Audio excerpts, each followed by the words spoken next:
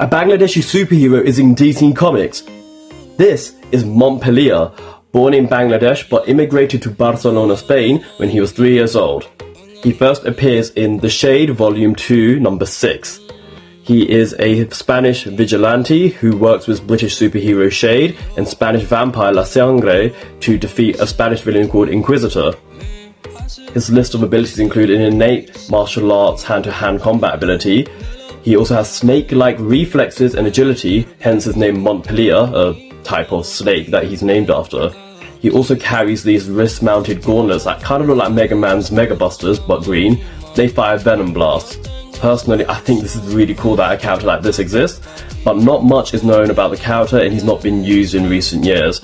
I would assume that he's likely Muslim as he is Bangladeshi. Now, him being Spanish Bangladeshi is not impossible. I personally, being Bangladeshi, do have cousins who are from Barcelona and they love the fact this character exists.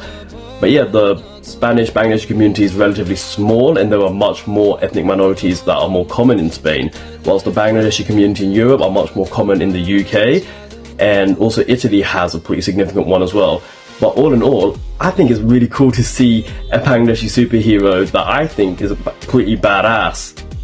A Bangladeshi superhero exists in Marvel Comics. This is Tara Virango, aka Enigma.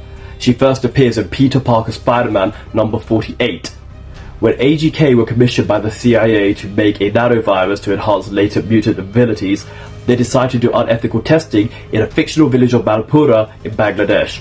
Tara was a victim of this, but it activated her latent mutations, including flight, super strength, speed, agility, and all the sorts that humans have.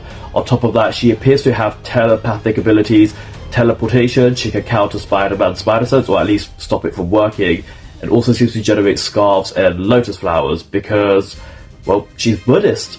Yep, you know, less than 1% of Bangladeshis are Buddhist. In fact, over 90% of them are Muslim, but in Tara's case, she is Buddhist, and in fact, Tara is an accurate name for a Buddhist person, so hats off to that. Her surname Virango is completely made up, so, you know, you win some, you lose some. But yes, she is in fact a mutant of Bangladeshi descent that exists in Marvel Comics. She even teams up with Spider-Man to try and stop AGK. Her last appearance even has her thanking Peter Parker for his help. Weirdly enough, she has never been in the X-Men, and I really think that this AGK virus, unlocking latent mutant powers, is something that the X-Men comics should definitely return to. I would love to see a bunch of Bangladeshi mutants suddenly show up in the X-Men comics. There's another Bengali mutant in the X-Men comics. This is Pantu Hurageb, aka Reaper. According to TV tropes, he's Bengali. And we do see that when he is depowered by Scarlet Witch during M-Day, he does in fact look South Asian, though his name Pantu Hurageb is not a realistic name, not for Bangladeshi, and not for someone from West Bengal. Either way, this character usually exists to be an enemy of the New Mutants or the X-Force. He has been part of many teams such as Strife's Mutant Liberation Front.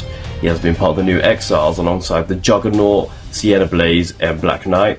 He has also been coerced by Weapon X to go against Cable, which didn't work out for him.